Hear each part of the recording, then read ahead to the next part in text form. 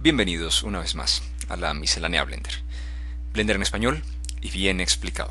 Con ustedes, como siempre, yo Edison Herreño, y hoy vamos a trabajar en el tema de lo que he traducido al español como opciones de dibujado. Espero que la traducción no esté mal hecha. En Blender el término que se usa originalmente en inglés es simplemente Draw Options. Muy bien, este tema nos permite escoger de qué forma queremos representar el objeto en la vista 3D del programa. Eso ayuda en ciertas tareas. Vamos a examinar en el camino de que les hablo.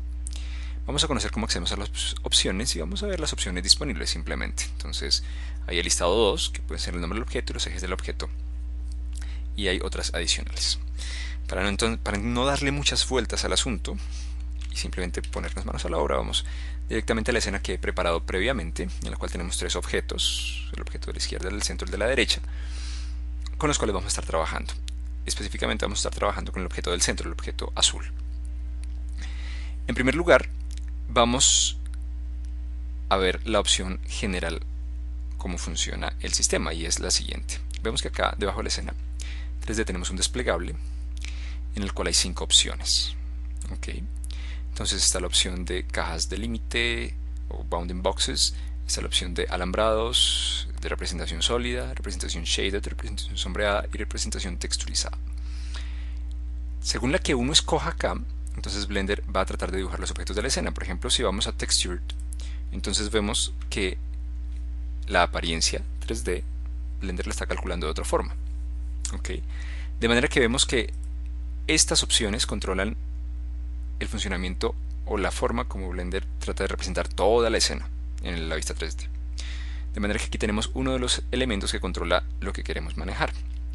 El otro, ¿cuál es? O las otras opciones, ¿cuáles son? Bueno, las opciones específicas de cada objeto. Entonces, para el caso del toro, venimos al contexto de Objects y al subcontexto de Object Buttons y encontramos un panel que se llama el panel Draw, y en la parte de abajo tendremos dos grupos de botones. Uno tiene el título Draw Type y los otros tienen el título Draw Extra.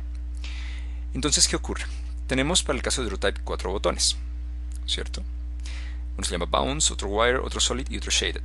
Si recuerdan, las opciones que vimos hace un momento para la representación de la escena tienen estas 4 más una adicional, que es la de texturizado, y están en este orden de abajo hacia arriba justamente. Entonces, ¿cómo funciona el sistema? El sistema funciona de la siguiente forma. Uno puede escoger alguno de los modos de representación para el objeto, por ejemplo, modo Wire, ¿verdad? Y veremos que se representa en modo alambrado. Y lo que Blender va a hacer es lo siguiente, simplemente va a comparar el modo de representación que se escogió en Draw Type para el objeto con el modo de representación de la escena, que en este caso es el más alto de todos, que es Textured. Muy bien. Cuando los compara, Blender simplemente decide representar el objeto con la opción, alguna de las dos, la que sea, que tenga el valor más bajo, es decir, que se selecciona la opción de más abajo en la lista. En este caso, Wire está más abajo en la lista que Textured, ¿verdad? Por lo tanto, el objeto se representa en modo Wire. Muy bien. Entonces, eso es para el primer juego de opciones. Vamos a ver, para empezar, el tema de Bounce. Bounce lo que hace es mostrar simplemente una caja en la cual él representa el espacio que ocupa el objeto en la escena 3D, pero no muestra detalles del objeto. Esto es útil cuando uno tiene un objeto que tiene mucha geometría, que no quiere moverlo de capa, por ejemplo, nada de eso, sino simplemente mantenerlo ahí tal vez como referencia. Entonces uno lo muestra en modo Bounce y de esa manera el viewport, la vista 3D de Blender, no se pone tan lenta. Puede ayudar en esos casos. Entonces regresémoslo por ejemplo a modo Solid. En modo Solid el objeto se representa de esta forma que vemos acá. Y si lo subimos a modo Shaded, entonces se representa de esta forma. Si recuerden que Blender está escogiendo la opción más baja entre las opciones de la visualización de escena y la opción de visualización del objeto. Y rápidamente, para efectos de que el video no me quede demasiado largo y YouTube me permita subirlo porque tiene un límite de 10 minutos, entonces vamos a ver un par de opciones del Draw Extra y ustedes podrán examinar las demás. La opción de Bounce lo que hace es funcionar al unísono con esta, por ejemplo, o de forma independiente. Si tenemos el modo Shaded y habilitamos Bounce, vemos que se representa el objeto y los Bounce también. Este desplegable de acá lo que nos permite es escoger el tipo de geometría, la forma geométrica con la que queremos representar los Bounce, ¿verdad? Y esa es la opción de Bounce, la primera.